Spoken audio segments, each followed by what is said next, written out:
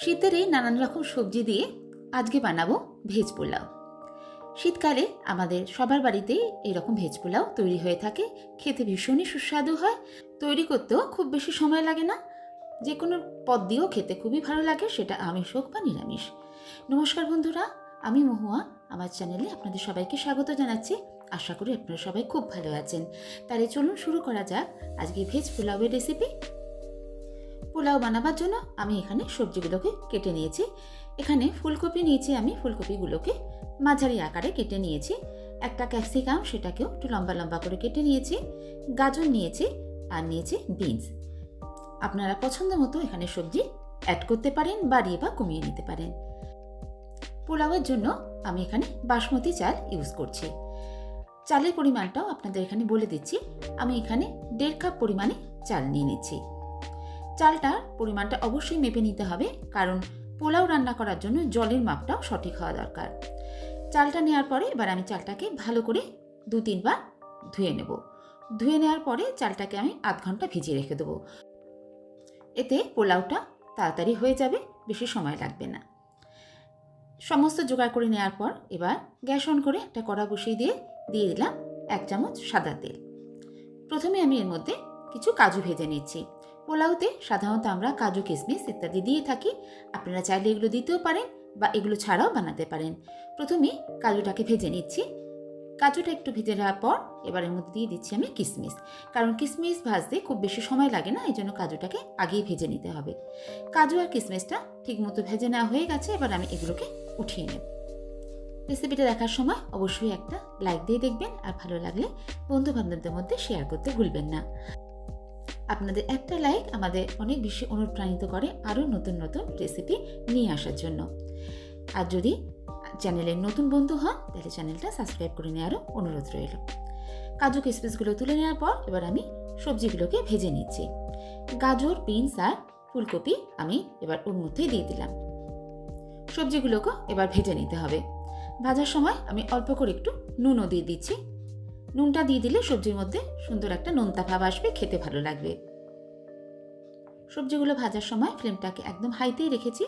High ফ্লেমে রেখে সবজিগুলোকে একটু নরম না হওয়া পর্যন্ত ভেজে নিচ্ছি। গাজর, বিনস আর ফুলকপি একটু ভাজা হয়ে যাওয়ার পর এবার এর মধ্যে দিয়ে দিচ্ছি ক্যাপসিকাম।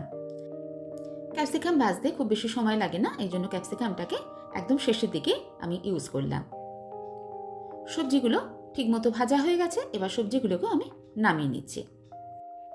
এবার কড়ার মধ্যে দিয়ে দিচ্ছি আমি 1 চামচ সাদা তেল, আর সেই সঙ্গে দিয়ে দিচ্ছি আমি হাফ চামচ মতো ঘি। চাইলে আপনারা পুরোটা ঘি দিয়েও করতে পারেন। ঘিটা তেলের মধ্যে মেল্ট হয়ে যাওয়ার পর এবার এর মধ্যে ফোড়নে দিয়ে দিচ্ছি 2টো তেজপাতা, দারচিনি, কয়েকটা ছোট এলাচ আর লবঙ্গ। ফোড়নটা এবার কয়েক সেকেন্ড নাড়াচাড়া করে নেব, যতক্ষণ না এর থেকে একটা সুন্দর গন্ধ আসে।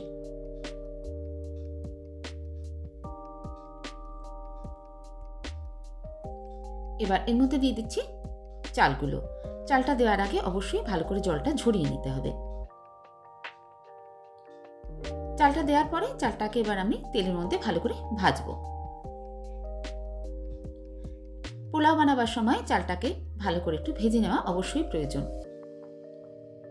চাল ভাজতে ভাজতে অল্প করে একটু হলুদ দিয়ে দিচ্ছি, এতে খুব সুন্দর একটা মিষ্টি কালার আসবে পোলাওতে।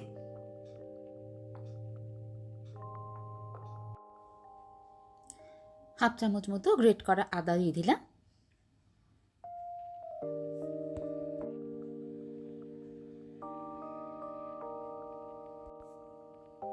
চালটা বেশ ভালো করে ভেজে নিয়েছি, দেখুন একদম ঝরঝরে হয়ে গেছে।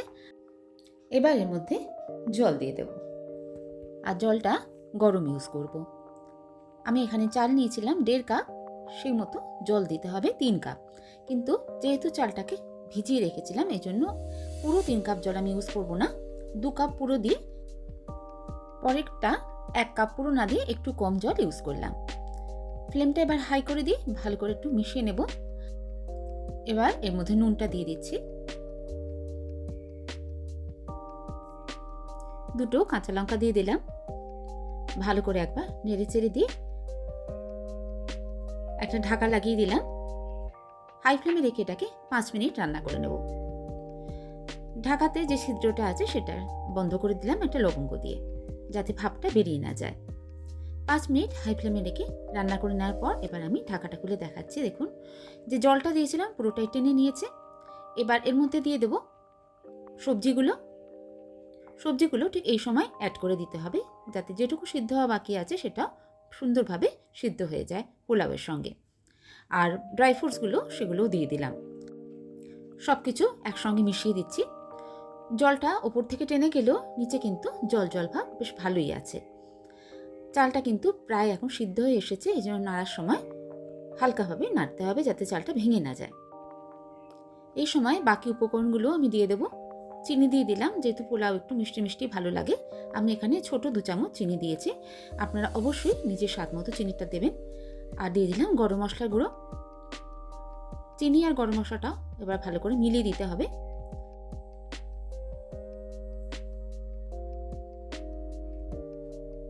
মিশিয়ে নিয়ে ওপরটাকে ভালো করে একটু সমান করে দিলাম। এবার একটু ঘি দেব, সেটা মিলিয়ে না দিয়ে আমি ওপর থেকে দিয়ে দিচ্ছি।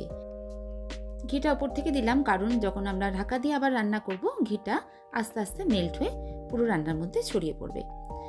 এবার ফ্লেমটাকে একদম লোতে রেখে 10 মিনিট রান্না করে নেব। এর মাঝখানে ঢাকা খুলে দেখার বা নাড়ার কোনো দরকার নেই, একদম পারফেক্ট পোলাও এরপর তৈরি হয়ে যাবে। দেখুন আমি আপনাদের একবার নেড়ে দেখাচ্ছি, পোলাওটা কি সুন্দর ঝরঝরে হয়েছে আর একটুও জল ভাব নেই। জলের যে পরিমাণটা দিয়েছিলাম তাতে একদম পারফেক্টভাবে তৈরি হয়েছে। চালটাও যেমন সুসিদ্ধ হয়েছে, তেমনি কোথাও ডেলা পাকি নেই বা শক্ত ভাগও নেই। পোলাওটা এই সময় দেখুন কত সুন্দর ঝরঝরে হয়েছে। আর এর কালারটাও কত সুন্দর এসেছে, দেখুন খুব সুন্দর একটা সফট ইয়েলো কালার এসেছে, যেটা দেখতেও খুব সুন্দর লাগছে। শীতে নানান রকম সবজি দিয়ে চটজলদি পোলাও একদম রেডি। গরম গরম এবার আমি সার্ভ করে দেবো। এই ধরনের পোলাও আপনার হাতে যদি কম সময় থাকে তাহলেও আপনি বানিয়ে নিতে পারবেন।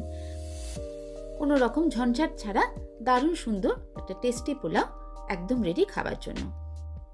সারা বছর আমরা নানান রকমভাবে পোলাও রান্না করলেও শীতকালীন সবজি দিয়ে এই পোলাওয়ের স্বাদ কিন্তু একদম আলাদা।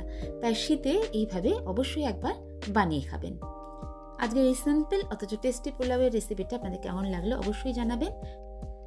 আমি সবসময় চেষ্টা করি ইজি অথচ সুন্দর টেস্টি রেসিপি আপনার জন্য নিয়ে আসা, যেগুলো বিনা ঝঞ্ঝাটে খুব তাড়াতাড়ি বানিয়ে নেওয়া যায়। আবার এরকম কোনো রেসিপি নিয়ে আপনাদের সঙ্গে দেখা হচ্ছে। সবাই ভালো থাকবেন, সুস্থ থাকবেন। সবাইকে অসংখ্য ধন্যবাদ।